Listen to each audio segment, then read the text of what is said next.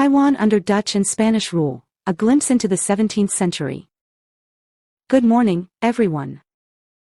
Today, I'm going to take you back to a time when Taiwan was not yet ruled by China or Japan, and not yet a modern democracy.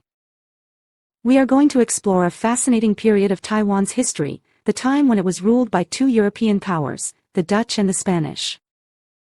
This happened in the 17th century, about 400 years ago, and it was a time of change, conflict, and connection between Asia and Europe.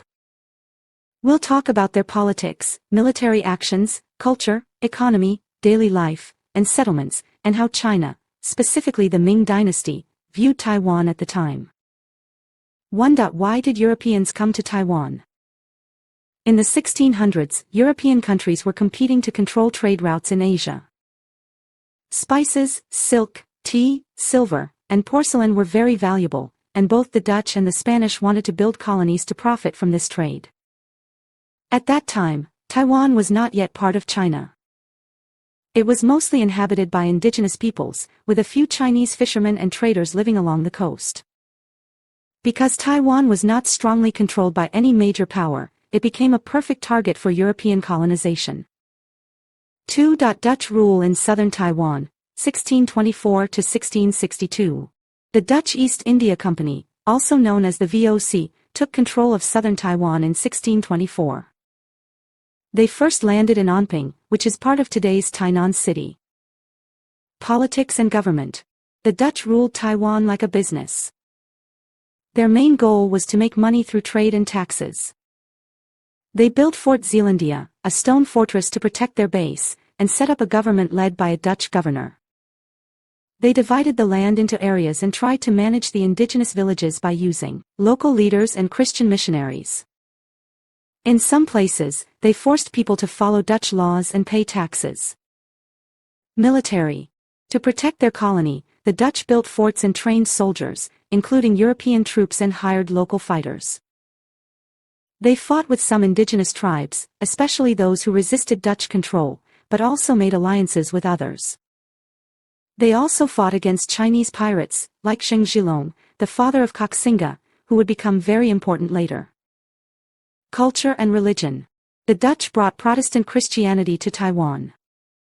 They built churches, schools, and missions, and translated the Bible into local Austronesian languages like Siraya. They also introduced Dutch education, teaching reading and writing. This was the first time Western religion and education systems were brought to Taiwan. Economy. The Dutch used Taiwan as a trading center. They exported deer skins, sugar, and rice, and imported silk, porcelain, and silver from China and Japan. They also traded with Southeast Asia and Europe. They encouraged Chinese farmers and laborers to migrate to Taiwan, helping to grow agriculture and increase trade. This led to the first large-scale Han Chinese immigration to Taiwan. Daily life and settlements. Under Dutch rule, life was different depending on who you were. Dutch officials lived in stone buildings with European-style furniture. Chinese settlers lived in farming villages, growing rice, sugar, and other crops. Indigenous people lived in traditional tribal villages, some of which were converted by the Dutch. The Dutch created the first planned towns, with roads, markets, and trading posts. This was the beginning of urban development in Taiwan. 3. Spanish rule in northern Taiwan, 1626 to 1642. While the Dutch controlled the south, the Spanish came to northern Taiwan in 1626, landing in Keelung and later building a fort in Tamsui, Danshui. Why did the Spanish come? The Spanish wanted to stop the Dutch from becoming too powerful, and they also wanted to spread Catholicism. They were based in the Philippines and saw Taiwan as a good place to control trade with China and Japan. What did they do? The Spanish built Fort San Salvador in Keelung and tried to convert indigenous people to Catholicism. They brought priests, missionaries, and soldiers, but their colony was small and weak. In 1642, the Dutch attacked the Spanish forts and drove them out of northern Taiwan. From then on, the Dutch ruled the whole island until 1662. 4. How did the Ming Dynasty see Taiwan? At that time, the Ming Dynasty ruled China, but Taiwan was not part of its official territory. The Ming government saw Taiwan as a distant, wild island, full of barbarians, and not worth direct control. However, many Chinese fishermen, pirates, and traders traveled between China and Taiwan. Some settled on the island, and the Ming government sometimes warned people not to go there, but didn't really enforce it.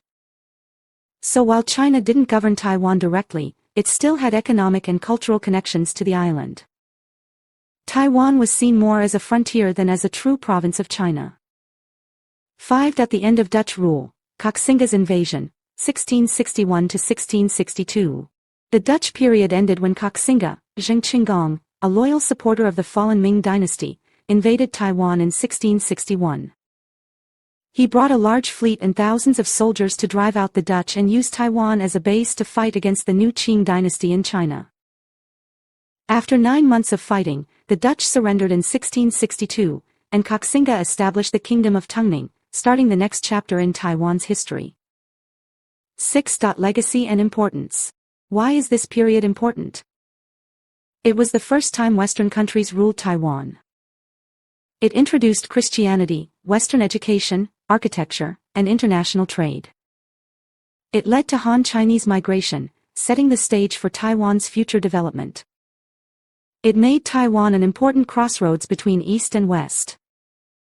Even though the Dutch and Spanish only ruled for about 38 years, their impact was long-lasting. The indigenous peoples of Taiwan during Dutch and Spanish rule. Then I want to talk about what life was like for the indigenous peoples of Taiwan during the time when the Dutch and Spanish ruled parts of the island in the 1600s. This was a time of big changes. Foreigners came to Taiwan for trade, religion, and power. But we often forget. The island already had people living here, the many indigenous tribes of Taiwan. So, what happened to them during this time? Let's take a closer look. 1. Who were the indigenous peoples? Before the Europeans arrived, Taiwan was home to many Austronesian-speaking tribes. These groups had lived on the island for thousands of years.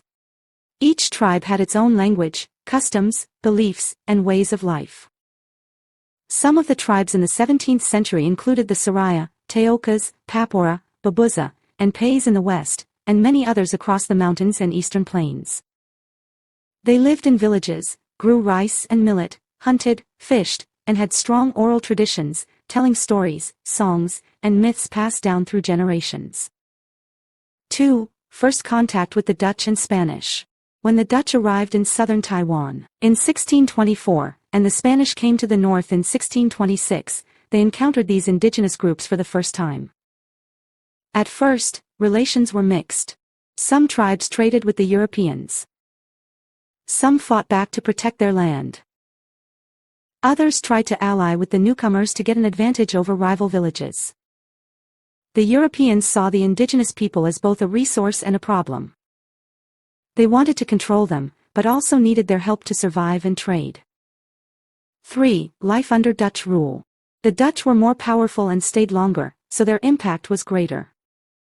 They ruled from Fort Zeelandia in Tainan, and they tried to control nearby indigenous villages, especially the Saraya, who lived in the plains. Here's what they did. A. Religion and education. The Dutch sent Christian missionaries to convert the indigenous people. They taught them Protestant Christianity, built churches and schools, and translated the Bible into the Saraya language using Roman letters. This was the first time written language was used in many indigenous communities. B. Taxes and labor. The Dutch made the villages pay taxes, often in deer hides or rice. Sometimes they forced people to work on farms or build forts. They also made rules about farming and land use. C. Village alliances and conflicts. The Dutch tried to control the tribes by dividing them. They made alliances with friendly villages, while punishing or attacking those who resisted. This led to conflict between tribes, and some groups lost their independence or were pushed off their land.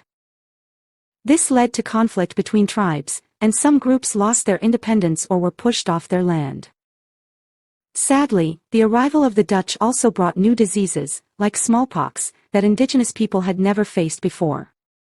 Many villages lost large parts of their population. 4. Life under Spanish rule. The Spanish controlled only the northern coast, around Keelung and Tamsui. Their rule lasted only about 16 years, 1626 to 1642, and their influence was smaller. They focused more on Catholic missionary work, building churches and sending priests to convert the indigenous people. However, because they stayed for a shorter time and had fewer troops, their control over the local tribes was weak. After the Dutch defeated the Spanish in 1642, they took over northern Taiwan too. 5. Changes to indigenous society. The time of Dutch and Spanish rule brought big changes to the indigenous peoples of Taiwan. New religions were introduced. Traditional beliefs and customs were challenged. Trade and farming changed due to outside demand. Some villages became stronger with European help, while others were destroyed or displaced. Contact with Han Chinese settlers, encouraged by the Dutch, also changed the social balance in many areas. 6. Indigenous resistance. Not all tribes accepted foreign rule. Some resisted strongly. For example, in 1635, the Dutch launched a punitive expedition against several villages that had killed Dutch soldiers. After that, many tribes were forced to sign peace agreements and obey Dutch laws. But resistance didn't stop. Over the years, small uprisings and conflicts continued, showing that many indigenous groups tried to protect their land and way of life. So, what was indigenous life like during Dutch and Spanish rule? It was a time of change, pressure, and struggle, but also adaptation and survival. The indigenous peoples of Taiwan faced new religions, new rulers, and new systems, but they also showed resilience. Some adapted, some resisted, and many left traces of their stories in Taiwan's culture today. Understanding this history helps us see Taiwan not just as a place that was shaped by outsiders, but as a land where indigenous peoples were, and still are, key to the island's identity. Conclusion. In the 17th century, Taiwan was not just an isolated island. It was a place of interaction, competition, and change, between European empires, indigenous peoples, Chinese settlers, and Asian trade networks. The Dutch and Spanish periods show us that Taiwan has always been part of a global story. It was shaped by many cultures, and its history is rich and complex. By understanding this early chapter, we get a clearer picture of how Taiwan became the place it is today. Thank you for listening.